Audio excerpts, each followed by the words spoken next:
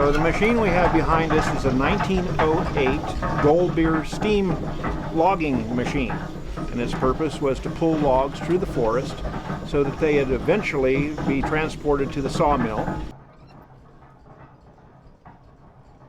So this steam engine operates essentially by a wood fire boiling a steep kettle full of water, creating steam.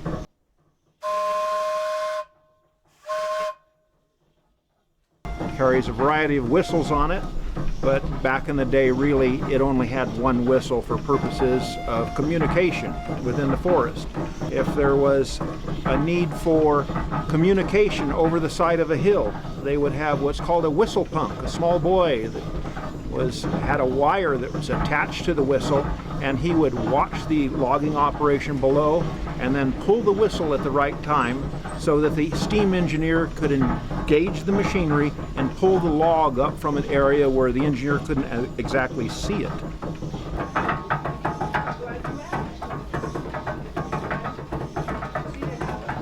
So what we will be doing is a demonstration of how this machine actually moved logs through the forest. Essentially, the loggers would drop the trees, and this machine would roll the logs into two-pole chutes, which is basically a road through the woods. They would drag these logs through the woods, eventually dumping them into Shaver Lake. It would be gathered up by the steamboat, the Michigan, transported over to the sawmill. The sawmill would then cut them into boards. The boards would then be dried, and after a period of time, when they had sufficient buoyancy, they would kick them into the flume.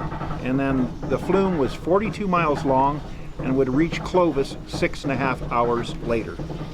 So at the turn of the century, this was the latest and greatest technology. And so for 108 years old, it's a pretty fascinating machine.